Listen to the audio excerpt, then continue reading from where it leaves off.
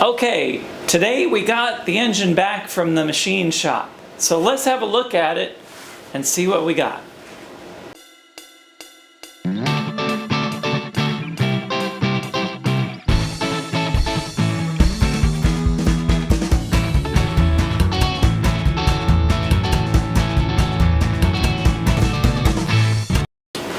The machine shop really set us up with a kit to put together.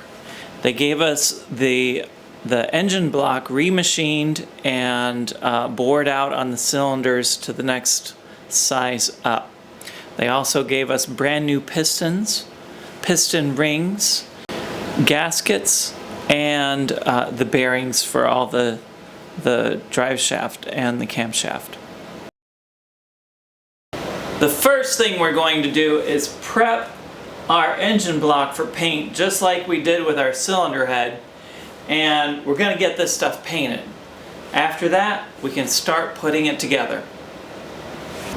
We are finally ready to paint the engine. We've gotten it to the state where we've got it all masked. I wire brushed the outside. I'm going to use some isopropyl alcohol to wash it down, and then we're ready to paint. Now wash it down real good with the isopropyl, and we'll be ready for paint.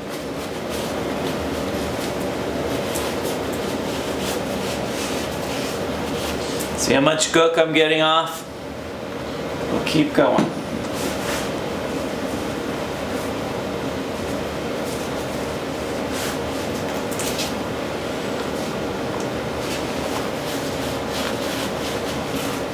I've wiped down my entire engine and all the pieces that I'm going to be painting this morning. I'm going to be using my touch-up spray gun because I really like this. It doesn't have the big plume of overspray that the regular paint gun has.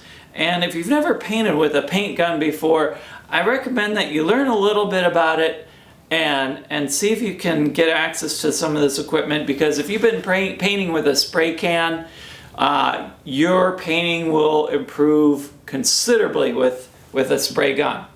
So with this small one, we'll have very small amount of overspray. I'm still using my respirator because we don't want that stuff in our lungs. Now I've got my red paint here.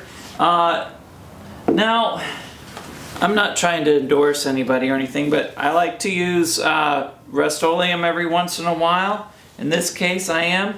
Now I find that Rustoleum doesn't really dry very well, especially in Houston humidity. So what I found is if I add a little bit of Japan dryer to it, then it dries up in a nice predictable fashion. You don't need a lot, just a little bit.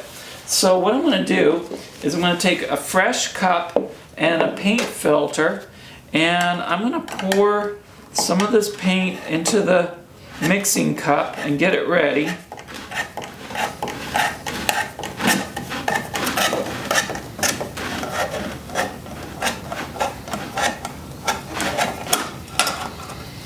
Oh, look at that. That's going to be nice. All right. And I need a stir stick.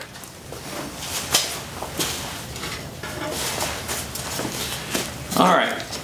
We're not going to be mixing up the whole thing because we don't need all of this to paint this engine.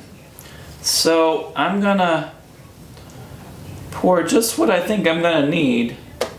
Woo, and it's a little on the thick side.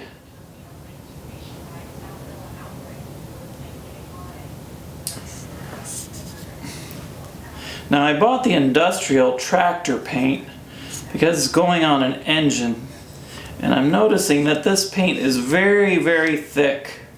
So we're going to have to thin it out some. And that ought to be enough to paint my engine. So if you find that the paint that you're using tends to take forever to dry, if it's a normal enamel, try a little bit of Japan dryer. it will help your dry times a lot.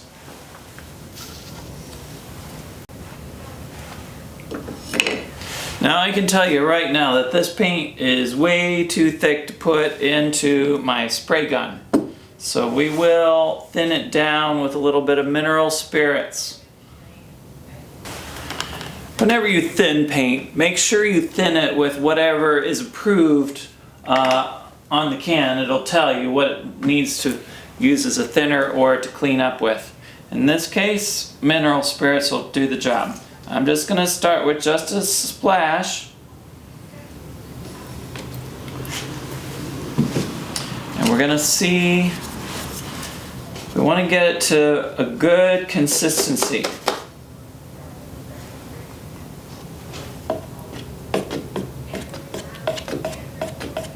Still a little on the thick side. Now notice that I'm pouring through a paint strainer, and that's to keep my paint nice and clean. If there's any particulates or dirt or anything in the paint that we didn't know about, this will take care of it. Okay, with the paint mixed to what I think is a good consistency for going through the gun, it's still a nice drip, but it's not too thick. We'll add just a little bit of Japan dryer. Again, I'm going to use my filter, and I'm just going to put a splash. You don't need much.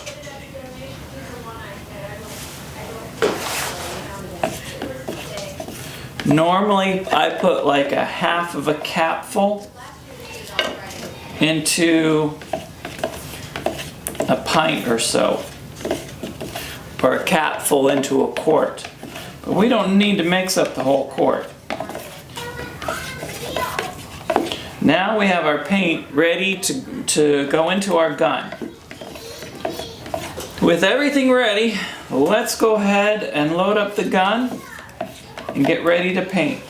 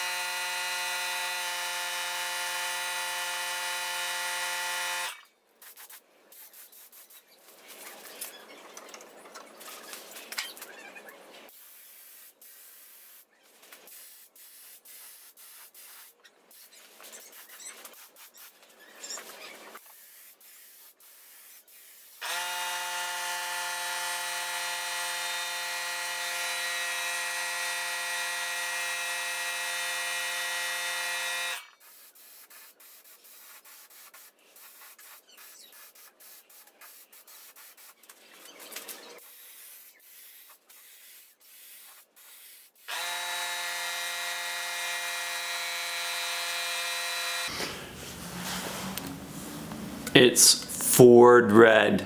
Don't put Chevy colors on a Ford, and don't put Ford colors on a Chevy. Well, good morning. We're getting an early start. Yesterday we painted. We let the engine dry for a little while, and now we're going to unwrap it and see how it looks. This morning I'll unwrap it, I'll put it on the stand, and then I'll set it out in the sun for a little while.